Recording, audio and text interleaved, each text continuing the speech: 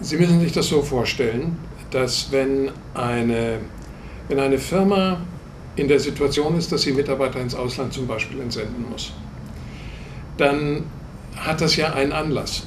Und dieser Anlass ist entweder eine Kooperation mit einem Partner im Ausland oder eine Übernahme oder ähnliche Dinge. Merger und Acquisition auf Neudeutsch. Was häufig passiert ist, dass innerhalb der Firma mit dem neuen Partner und auch innerhalb des Managements sehr viel über strategische Dinge gesprochen wird, sehr viel über finanzielle Dinge gesprochen wird, sehr viel darüber, wie muss das Budget gestalten sein, um dieses ganze Projekt überhaupt zu gestalten. Und bedauerlicherweise taucht relativ am Ende, nicht immer, aber doch häufig, die Frage dann auf oder die Feststellung, ja, aber wir müssen ja noch jemanden dahin schicken. Das heißt also, HR, Human Resources, müssen bewegt werden, Mitarbeiter müssen gefragt werden, ob sie bereit sind, bestimmte Positionen zu übernehmen, etc. pp.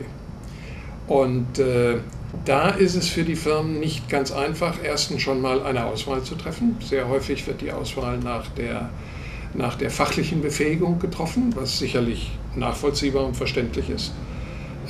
Sehr häufig stellt sich aber dann raus, dass der Mitarbeiter von seiner Einstellung gegenüber einer Tätigkeit im Ausland möglicherweise nicht der geeignete ist.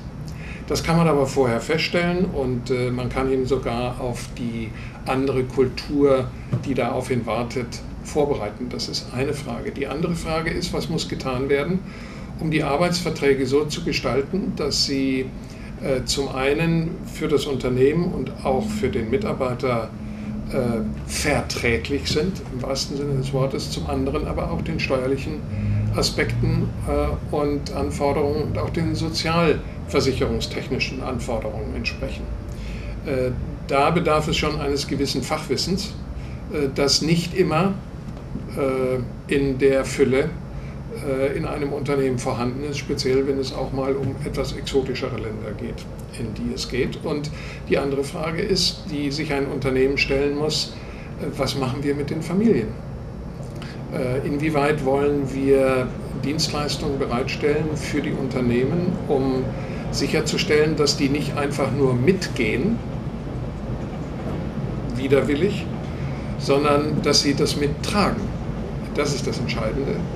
Denn nur wenn eine Familie eine Entsendung mitträgt, das ist übrigens egal, ob das im Ausland ist oder ob das innerdeutsch ist, nur wenn die Familie, die Partner eine Entsendung mittragen, dann wird die Entsendung auch ein Erfolg werden.